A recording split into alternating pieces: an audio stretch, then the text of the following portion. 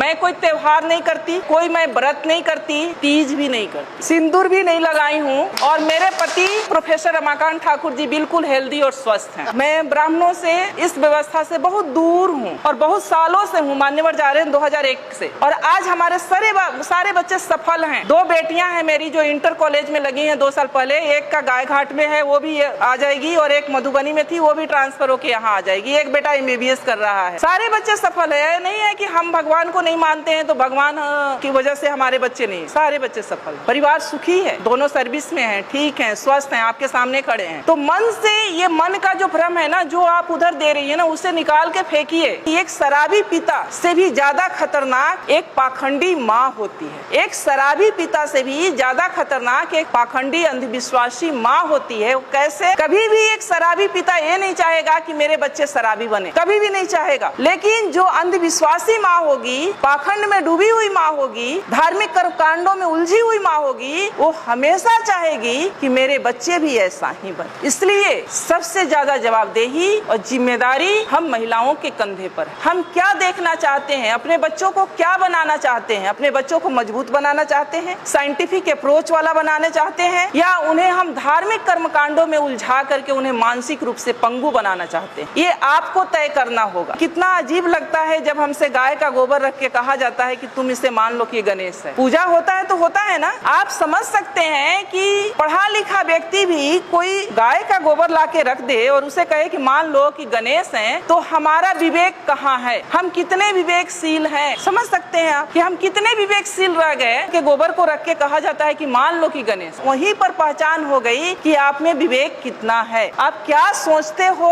और क्या नहीं सोच सकते हो, सोचने की क्षमता आपकी कहाँ तक है। मानसिक टेस्ट, वो पैरामीटर, तो आप उन सब चीजों से निकले। बुद्ध शरण हंस जी लिखे हैं 4 खूंटे जिसमें हम लोग बंधे हुए हैं। उन 4 खूंटों को उखाड़ फेंकना है। पहला है ब्राह्मण पुरोहित। घर बनाते हैं हम, गृह प्रवेश किसके अनुसार होता है? गृह प्रवेश किसके अनुसार होता है? ब्राह्मण के अनुसार। बच्चे पैदा करते हैं हम, नामकरण कौन करता है?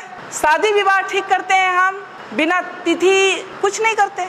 तो वो जानता है, जबकि वो ऐसा है कि वो आपसे हो सकता है कि बिना पढ़ा लिखा ब्राह्मण हो, कुछ नहीं जानता हो, लेकिन वो जैसे नचाएगा आप वैसे नाचेंगे। दूसरा खूंटा है उनके शास्त्र, जो उन्होंने शास्त्र लिखे हैं। वेद है, उपनिषद है, गीता है, महाभारत है, मनुस्मृति है, जिसमें महिलाओं के लिए पता है आप लोग को क्या लिखा है? महिलाएं एक लता की समान है। लता मतलब समझती हैं, जो ये बेल होती है, बेल, तुरई की बेल होती है, लौकी की बेल होती है, उसके समान है। यानी उसमें कोई दम नहीं होता है, कोई शक्ति नहीं होती है, उसको ऊपर चढ़ने के लिए सहारे की जरूरत होती है। उसी तरह से महिलाओं को माना है कि महिलाएं